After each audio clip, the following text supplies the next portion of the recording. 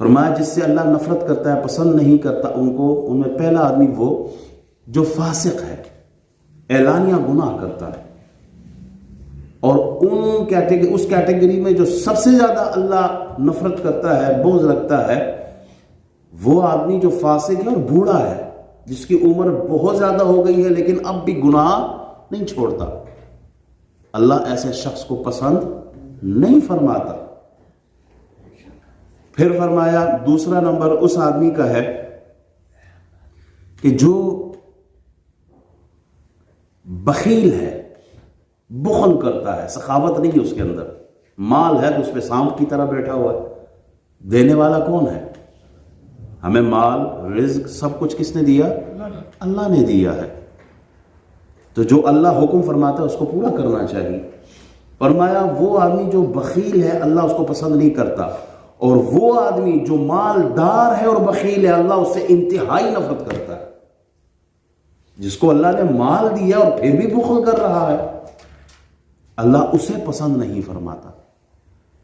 تیسرے نمبر پر فرمایا کہ اللہ تعالیٰ تکبر کرنے والے کو پسند نہیں کرتا، اور انتہائی نفرت اس آدمی سے کرتا ہے جو ہو فقیر ہو پھر بھی تکبر کرتا، پلے ہے کچھ نہیں پھر بھی متکبر ہے۔ پھر آپ علیہ السلام نے فرمایا 3 قسم کے لوگوں سے اللہ بڑی محبت کرتا ہے، اور ان میں بھی اس کیٹیگری میں بھی کچھ ایسے ہیں جن سے اللہ انتہائی محبت فرماتا ہے۔ فرمایا اللہ متقی بندے سے بڑا پیار کرتا ہے، جو تقوی والا، پرہیزگار، عابد زاہد قسم کا آدمی ہے، اللہ اسے پسند کرتا ہے۔ اور وہ آدمی جو جوان ہو اور اس میں تقوی ہو وہ اللہ کے انتہائی قریب ہوتا ہے۔ یعنی وہ جوانی کی حالت میں تقوی اختیار کرے اللہ کو بڑا محبوب ہے۔ دوسرا وہ آدمی جو سخی ہے اللہ کے بڑے قریب ہے، اور سخاوت میں بھی وہ آدمی جو ہو فقیر، مال کے حوالے سے کچھ نہیں ہے پاس لیکن اس کے دل میں غنا ہو، وہ ہو سخی اور غنی آدمی ہو، مال نہیں ہے لیکن پھر بھی سخاوت کرتا ہے، اللہ انتہائی محبت فرماتا ہے ایسے آدمی سے۔